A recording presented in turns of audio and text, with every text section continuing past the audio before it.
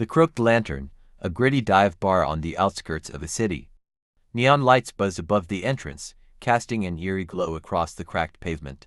Inside, the air smells of stale beer and fried food. The low hum of chatter and the clink of bottles fill the dimly lit room, punctuated by the occasional burst of laughter.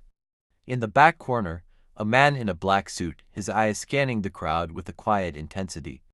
His fingers tap rhythmically on the side of his half-empty glass. He spots her, woman slipping through the crowd, her movements quick and fluid, a shadow among the neon chaos.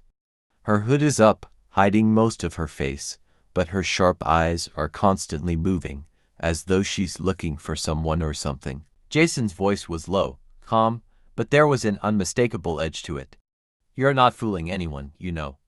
The thief paused mid-step, glancing over her shoulder, but not fully turning. "Excuse me."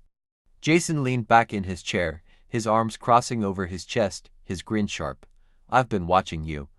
You're looking for something, or someone. And judging by how much you keep eyeing everyone's pockets, I'd say you're not here to talk about the weather." The thief's eyes narrowed, but her voice remained smooth, unbothered. "And you're not here to be friendly either, are you? What's your game, big guy?" Jason's grin slipped into something more serious as he leaned forward, his voice dropping. "I'm here with an offer. A job. One that requires someone with your particular set of skills. You might even call it a chance to make history." She raised an eyebrow, intrigued but wary. "A job, huh? You think I'm the kind of person just looking for work? I've got a reputation to keep. I don't do charity work." Jason's gaze was unwavering, but there was something in it that made her pause. "I need a crew to go after a monster. The enemy is something you can't even begin to imagine.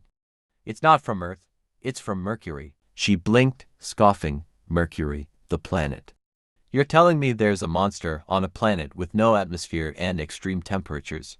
Sounds like someone's been hitting the pipe a little too hard." Jason's voice stayed steady, but the intensity behind it made the air around them feel charged. "It's real. A creature, older than anything we've seen, hiding beneath Mercury's surface. It was dormant at first, but recently, it's grown stronger. It's not just a monster, it's an entire force of destruction." The thief's eyes narrowed, processing the words, but she didn't flinch.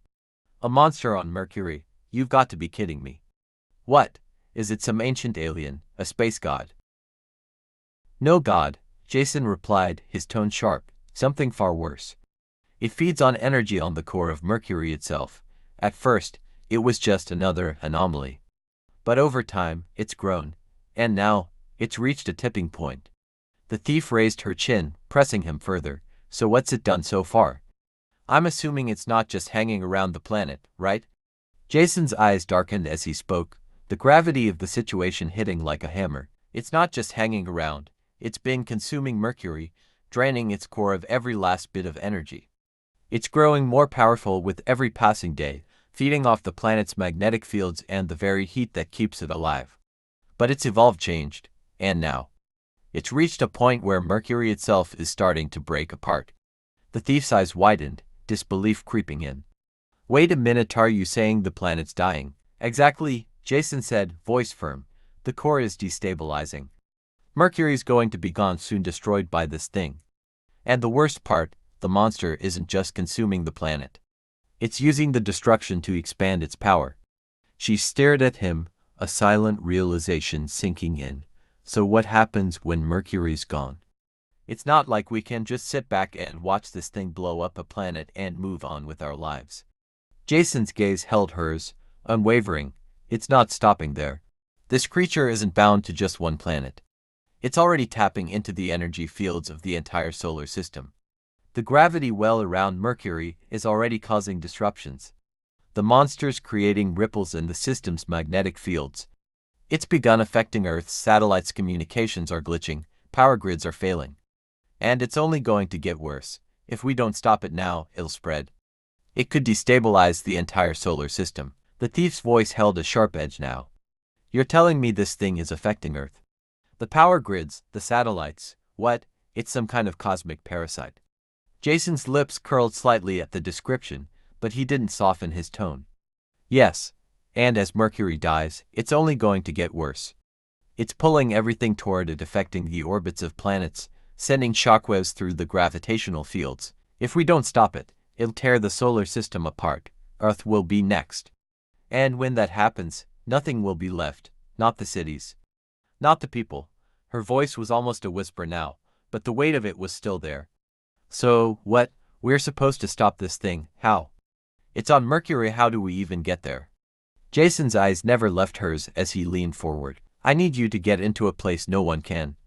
I know where the teleportation tech is, a secret, high-security facility, hidden in plain sight. It's a system that can send us straight to Mercury. But getting in there, getting the coordinates to the device, that's where you come in. You're the only one who can infiltrate it. The thief tilted her head, eyebrow raised. A teleport. You want me to break into some secret teleportation facility? That's a new one. You think I can just waltz in, press a button, and send myself to another planet? Jason's voice dropped, the weight of his words settling over them. It's not that simple. The system is buried deep, and it's guarded by some of the highest tech security imaginable. The kind that no one can crack, except for someone like you. Once we have the coordinates, we can teleport straight to Mercury's orbit. The planet's already starting to fall apart, pieces are breaking off and crashing into space. And the creature. It's growing bigger, stronger. If we don't stop it, it'll trigger a chain reaction that could rip the entire solar system apart. The thief's gaze sharpened as the realization of what was at stake settled in. So, this teleport can take us straight to Mercury. And you want me to break into the most secure facility in existence to get us the access codes? You've got guts, I'll give you that. But if we fail, what then? The planet dies, and so do we. Jason's eyes were unwavering, his voice steady. We fail, and the entire solar system falls apart.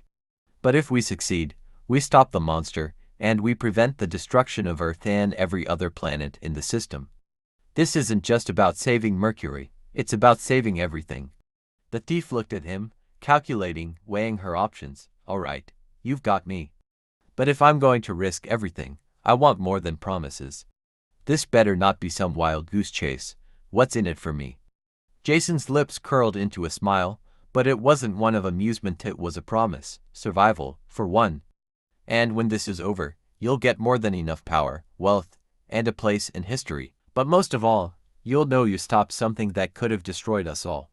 You'll be more than just a thief, she smirked, leaning in. Power and wealth. And I get to save the world, too. Fine. You've got yourself a crew member. Jason leaned in slightly, his curiosity piqued. What's your name? She didn't turn to face him fully, but there was a brief pause before she spoke, her voice smooth. People call me Ash. Jason stood, his gaze intense, but now there was something else in it, something approving. Welcome aboard. It's going to be one hell of a ride.